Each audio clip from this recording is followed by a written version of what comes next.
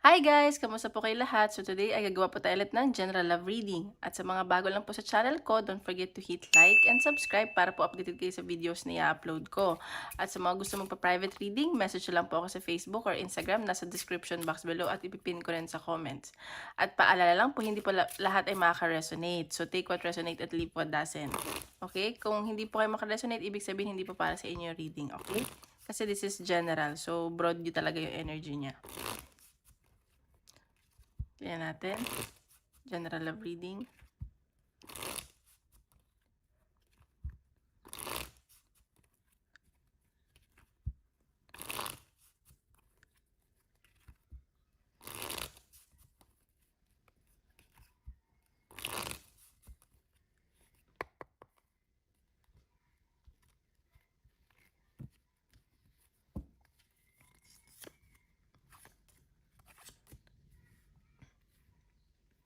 Okay, so nakikita ko dito, some of you, tawag dito, parang ayaw niyo makipag-usap, ganyan, parang nagmamatigas kayo, ganyan. At meron isang tao dito nag-overthink. At parang hindi nagiging okay yung, ano ba dito? Basta na-stress tong taong to. Hindi nagiging okay yung mental health niya, ganyan, parang nagkakasakit siya. Ayun, tapos, tawag dito, parang, basta nag-overthink tong taong to sa'yo. Parang gusto niya ng magkaroon ng peace of mind, gano'n. Siguro parang sinasabi niya dito na ayaw mong makipag-usap, ganyan. At nakikita ko may feelings kayo sa isa't isa. At kampante 'tong taong 'to sa'yo at ikaw din. Siguro nga baka nagmamatigas ka, ganyan.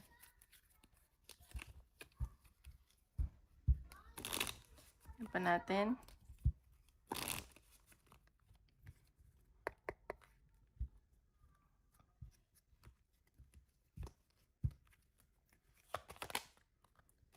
Okay, so iba dito may nagsha-shadow work. Ayun nga, parang nagme-meditate, ganyan. Tapos hindi alam kung anong gagawin, kung anong direksyon ng gagawin. At sa nakikita ko, parang gusto niyo mag-solo, mag-travel mag-isa, ganyan, para makapag, ano kayo, isip-isip, cleanse, ganun. So, tingnan natin, energy ng person mo towards you.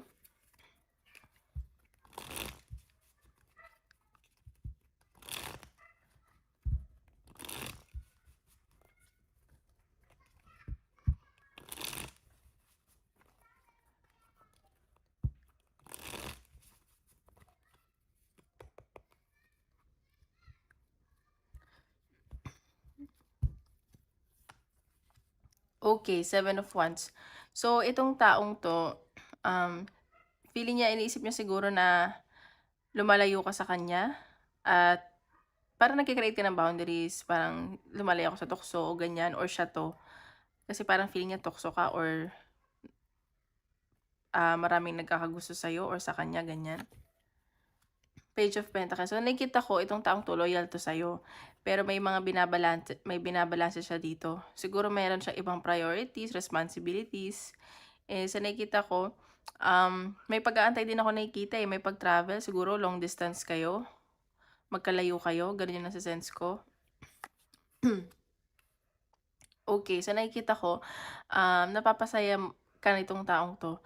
Like kontento siya sa'yo, makausap ka niya, makita, ganyan. Basta masayang-masaya 'tong tao 'to na 'to sa'yo. Yun nga lang, nag-o-overthink siya, gano'n.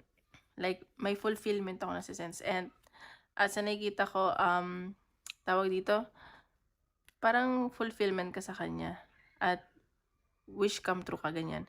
Three of Swords, heart. Siguro nasasaktan 'tong taong 'to ngayon or natatakot. Kasi nga baka nga ayaw mo makipag-usap, ganyan. Eight of Wands. So, ayan. So, ano 'to, gusto mag-travel papunta sa'yo, gusto ka puntahan or gusto ka laging kausapin. So, baka may matanggap kang message, ganyan. Basta parang gusto niya magkaroon ng movement sa connection niyo. Siguro lagi ka niyang kakausapin, gano'n. The Magician. So, mina-manifest ka nitong taong 'to, hindi 'to nakakatulog sa'yo kakaisip. Like, ang pinagdadasal ka nitong taong 'to bago matulog, ganyan. Siguro sobrang busy 'to at hindi ka mawala sa isip niya. Ayan, Knight of Wands. So, attracted at passionate 'tong sa'yo. Alam mo lagi siya na-e-excite pagkausap ka niya, gano'n. As in nakikita ko, feeling niya maraming nagkakagusto sa'yo, eh. The High Priestess. So, ayan. So, tinatago talaga nito yung nararamdaman nito sa'yo. At sa nakikita ko na, um, Ginagamit niya yung intuition niya. Like, ayaw niyang mag-conclude or gumawa agad ng action kasi ginagamit niya yung intuition niya. Queen of Wands. So, ayan, sobrang attracted to sa'yo at passionate. At sa nakikita ko, basta tuwang-tuwa to sa'yo, gandang-ganda sa'yo, ganyan. Ayan, or poging-pogi. Oh my God, the lovers. Ayan, so baka mahal yung isa't isa. Bakit ako kinikilig? I mean, kinikilig ako sa reading ngayon. Ayan, so, Nine of Pentacles, may mga goal tong taong to at mag-i-invest to sa'yo. Ayan. So, parang achievement to sa kanya. Ayan, no? Nakikita yung bait-bait mo daw. Mahal ka nitong taong to. May feelings to. At sa nakikita ko, tinatago lang niya. Parang sa sinasarili lang niya. The lovers yung bottom of the deck. Oo naman. Bakit ako kinikilig sa reading? Okay, tingnan natin. Energy mo.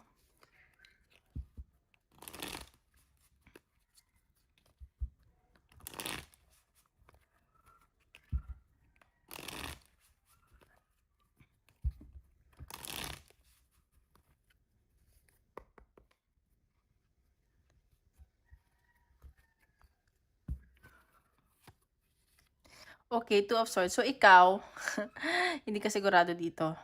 At sa nakikita ko, nagdadalawang isip ka sa connection nyo. Ayan. Pero, napapasaya ka nitong taong to. May nakita akong celebration. So, baka nga magkikita kayo. At sa nakikita ko, napapasaya ka naman niya. Alam mo yun, baka may kasalan. Basta may celebration na nakikita. At ito yung gusto mo din mangyari, the tower. So, parang ikaw kasi natatakot. At sa nakikita ko may nangyaring big changes na natatakot ka. Parang gusto mo pag-isa, ganyan. At sobrang down ng energy mo. Three of Pentacles. So, may collaboration. So, nakikita ko baka i-workout nyo to or tinitingnan mo kung mag-e-effort siya. So, nakikita ko dito, tao dito may mga tutulong sa'yo, ganun. At King of Cups. So, nakikita ko mahal mo naman tong taong to. May nararamdaman ka dito. At siya rin naman.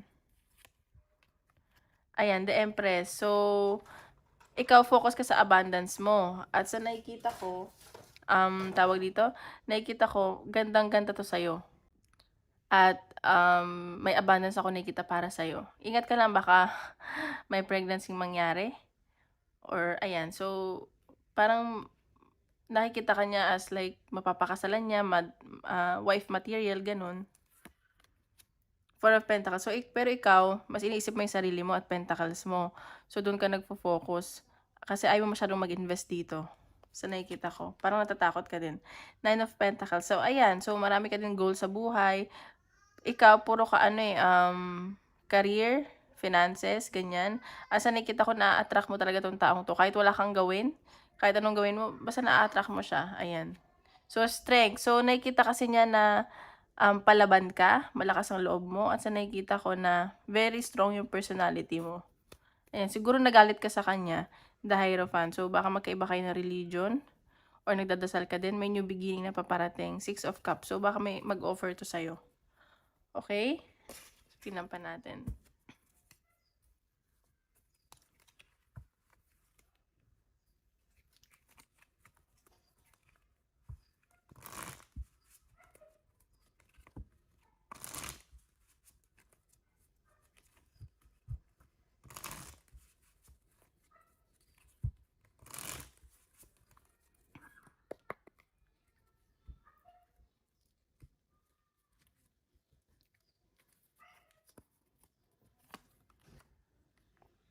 Okay, so baka karmic relationship to. So, ingat ka lang. At ang karmic relationship is like kailangan may matutunan ka sa relasyon ninyong dalawa, okay? So, baka naging toxic to. Baka nga sabi ko, baka may nangyari nga na tower moment at baka toxic proposal. So, may nakita akong proposal. Baka mag-propose to or ikaw, may iaalok siya ganun, storm. So, baka ikabigla mo to, ganyan. So, baka may kinakatakot ka, ganyan. Lakasan mo lang daw yung loob mo at divine timing talaga. Ayan. So, mag-ingat pa rin tayo. Okay? So, tingnan natin.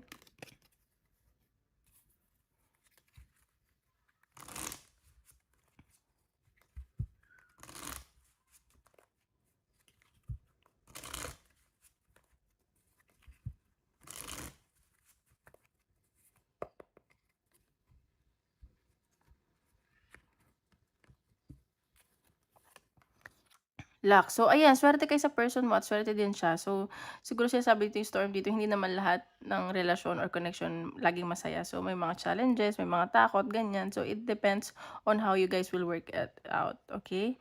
So ayan, may swerte yung paparating sa inyo ng person mo. Ay, ayan, may pag-travel. So baka magkita kayo, ganyan. At sa nakikita ko, baka nag-explore pa kayo parehas. Ganyan ang sense ko. Ayan, homeless. So, sa nakikita ko, isa sa inyo parang natatakot, baka mag-fail yung relationship, ganun. Ayan, so real estate. So, may mga investment, siguro mag-invest ka dito sa connection, ganyan. At sa nakikita ko, gusto mo kasi tayo mapapagkatiwalaan mo at yung honest, ganun. So, siguro isa sa inyo, parang hindi nakikipag-usap masyado. Baka nga ikaw yan. So, ayan, din natin advice ni universe.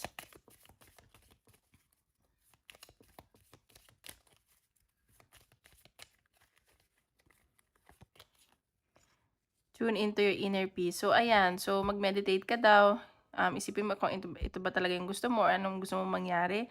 At always, like, choose your peace. Ayan.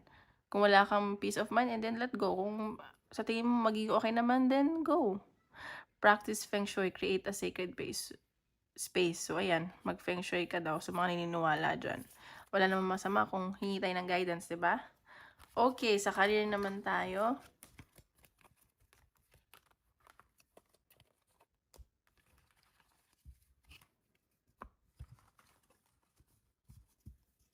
Okay, sa career. Okay guys, don't forget to hit like and subscribe para po updated kayo sa videos na i-upload natin, okay? General career reading.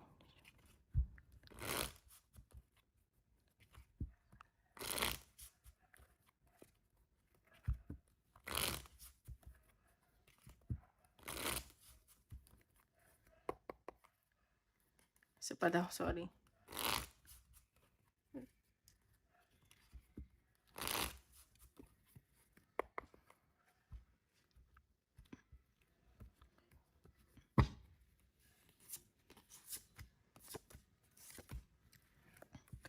Okay, sa nakita ko, okay naman daw yung may success na paparating sa'yo, pero parang ikaw yung umiiwas or baka may mga blockages sa kaperahan mo. Pero magiging okay naman daw to.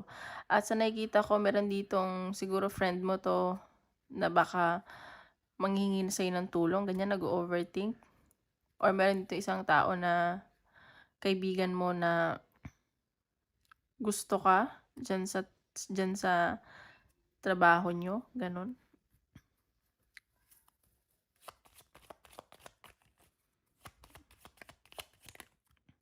Isa lang po. Desire. So, ayan. So, gusto mo naman daw yung ginagawa mo at baka may nagkakagusto sa'yo dyan, baka kaibigan mo dyan sa trabaho. Kasi nakita ko may isang taong nag-overthink dahil sa'yo, ganyan. Natin, collective love, career reading.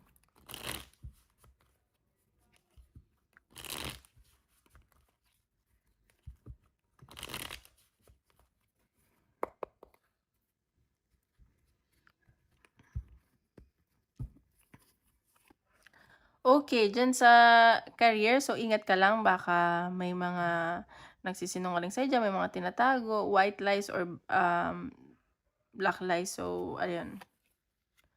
Ayan, so baka nai-stress ka na, hindi ka nakakatulog, ganyan. Kaka-overthink sa career mo.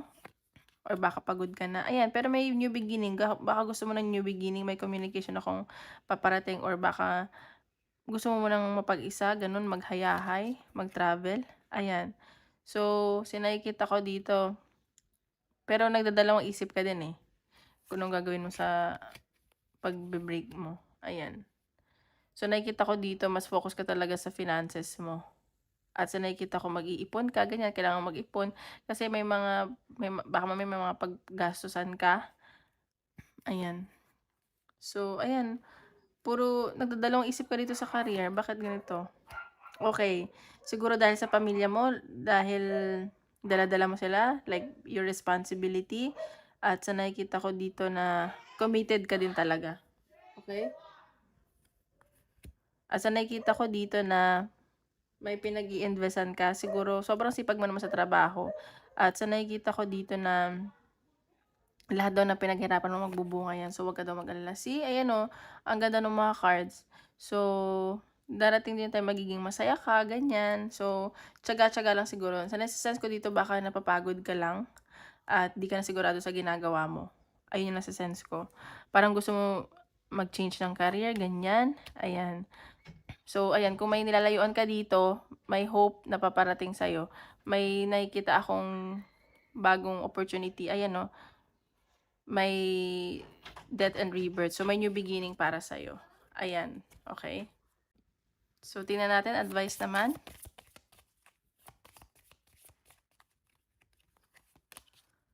Have fun, celebrate, don't be so serious. So, ayan. So, baka nga sa sobrang pag-overthink mo dyan sa trabaho, hindi ka na masyadong nag-enjoy. So, ayan. Mag-celebrate ka daw, mag-party ka. Alam mo, celebrate mo din yung sarili mo. Magpakasaya ka, mag-unwind ka, ganyan. Ganon. So, tingnan pa natin. Career. Advice.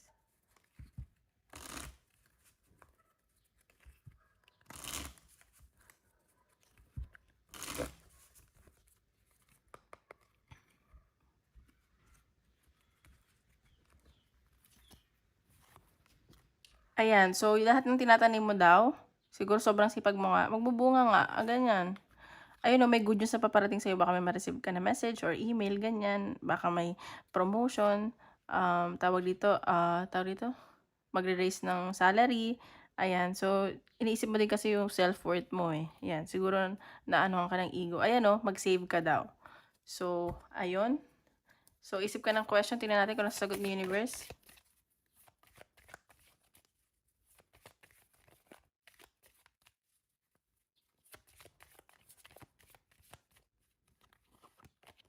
Yes.